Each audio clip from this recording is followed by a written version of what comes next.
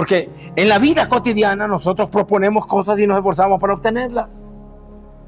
¿Verdad que sí? Entonces, ¿por qué no esforzarnos para buscar la vida eterna? Para estar en la casa del Señor adorando el nombre de Jesús. Bueno, hoy nosotros que nos esforzamos, ¿cuántas hermanas, mujeres? Siempre ha sido así. Gracias a Dios, que buscan más de Dios. Son las que más lloran, son las que más se quejan. Y son las que más Dios oye, claro que sí. Se quebrantan más.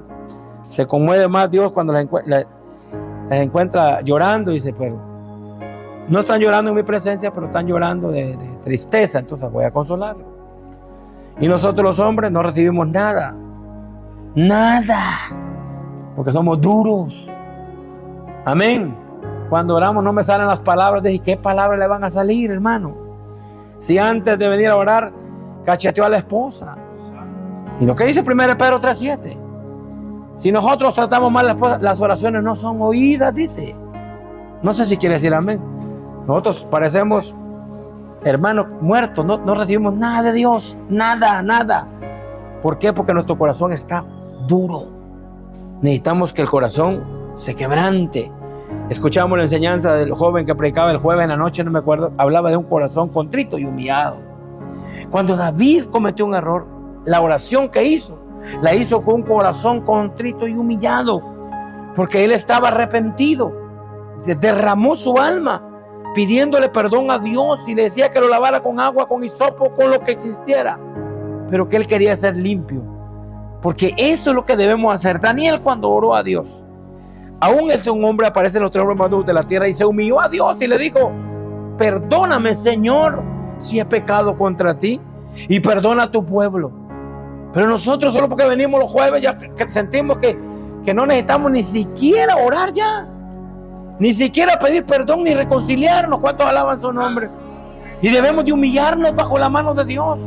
Y no solo es hablar bonito, no solo que me paré aquí a dar un mensaje que tal cita y tal cita. No, es de realmente esforzarnos cada día, de guardar la palabra. Y eso compartíamos ayer con los hermanos en Machaca. Y la actitud suya y mía es la que se va a mostrar allá el cristiano que somos nosotros. Eso es todo. Y claro que por eso luchamos todos los días. Pero sí somos muy buenos para señalar. Y yo le decía a una hermana, te voy a ayudar. Yo veo que tenés una basurita en tu ojo, quiero ayudarte, pero cuando yo llegué a querer sacar la basurita, yo llegué así. Porque apenas yo veía, pues, apenas. Entonces cuando quise sacarle la basurita, le puyé el otro ojo. Porque no miraba nada, hermano. Y así nos pasa a nosotros los cristianos. Queremos ayudar al hermano porque cometió un error, y lo juzgo y lo critico y lo como, pero no veo mi gran error que yo tengo, que es más grande que el de él. Por eso la parábola de los talentos de perdonar, cuando Dios le perdona a aquel hombre una deuda tan grande que representa a un rey, pero él tenía un consiervo que le debía algo mínimo y le dice que le pague y lo ahoga que lo pague y lo mete a la cárcel, y se entera el rey y le dice, ¿por qué no perdonaste a tu hermano la deuda cuando yo te había perdonado a ti? Ahora tienes que pagar, y lo metió a la cárcel. Entonces Mateo 6:15 dice, si vosotros no perdonamos a los hermanos las ofensas, tampoco Dios perdonará a nosotros nuestras ofensas. Entonces aprender a vivir en Dios es venir a la casa del Señor, aprender de Dios, aprender a hacer su voluntad y a ser diferentes, a hacer lo que Dios dice, que seamos cabeza y no cola, que seamos luz y no tiniebla, que seamos sal, bendito su nombre. Y entonces le dio la orden. Jesucristo dice, id y haced discípulos. Le dijo a sus apóstoles, lleven la palabra, comiencen a predicar, enseñen lo que yo les he enseñado. Entonces el profeta Ezequiel dice, y enseñarán a mi pueblo. Pero no era Ezequiel, sino Dios a través del profeta, que hagamos diferencia entre lo santo y lo profano, entre lo que es limpio y lo que no es limpio. Ahí nosotros aprendemos qué es lo que agrada a Dios y qué es lo que no agrada a Dios. Tomando en cuenta esto, vamos a leer la palabra en el libro de Eclesiastés capítulo 5, bendito su nombre. Vamos a leer el 1 y el 2. El 1 todos lo saben. Cuando vayas a la casa de Dios, guarda tu pie, acércate más para oír antes que presentes el sacrificio que hacen los necios. Pero el 2 es muy importante. Dice, no te des prisa con tu boca, ni tu corazón se apresure a proferir palabra delante de Dios, porque Él está en el cielo y tú sobre la tierra. Nosotros estamos sobre la tierra. Y nosotros que hemos aprendido realmente, hermanos, Dios va a tener misericordia de nosotros. Créalo que sí. Porque nosotros somos bastante ingenuos, lo somos, hemos creído en Jesús y Él ha visto nuestro corazón. Tenemos el manual de la Biblia, que nosotros nos encontramos con un montón de monstruos, hermano, que están enseñando, que dice que la Biblia que nosotros tenemos no es la correcta, que esa la inventó ciertas personas, que no está compaginada con la Biblia de tal lado, y que nosotros estamos aislados. No, yo creí en Jesús, y eso a mí nadie me lo va a cambiar. Yo un día reconocí a Jesús en mi corazón. ¿Dónde está? Pues yo no lo he visto, pero yo creo en su palabra, de lo que Dios habla a través de su palabra. Él es el Salvador del mundo, Él murió por mí, Él nos ayuda en los momentos difíciles, Él nos da fortaleza. Entonces estamos en esta tierra por un tiempo nada más. Ese tiempo debemos de agradarlo a Él, porque Él es lo que va a llenar el libro de la salvación. Los Hechos, por ejemplo, Santiago 4:8, ¿alguien lo ha leído? ¿Cómo dice la Biblia? Dice que nos acerquemos a Dios. Vea, ¿cómo nos vamos a acercar a Dios? Nos vamos a acercar confiadamente, pero dice, acerquémonos a Dios. ¿Ya? Sometámonos a Dios. ¿Qué más? ¿Qué va a pasar? Dice que los pecadores limpien sus manos, que los de doble ánimo purifiquen su corazón. Ahora, pero que si yo me acerco a Dios, ¿qué pasa? Él se acerca a mí. O sea, ¿o no es cierto así? ¿O no es así la Biblia? ¿O no es así la palabra? Dice, si yo toco la puerta, Él me la va a abrir. No dice la Biblia que yo sé que Él existe, y si Él existe, Él es el galardón de los que le buscan. ¿Cómo debo buscarle? Con fe. Porque la fe, pues es algo que yo no veo, pero creo. Es la convicción de lo que no se ve. Entonces nosotros estamos acá no viendo, y eso es un privilegio, porque bienaventurados los que no miran, pero creyeron. ¿Cuántos alaban su nombre, iglesia?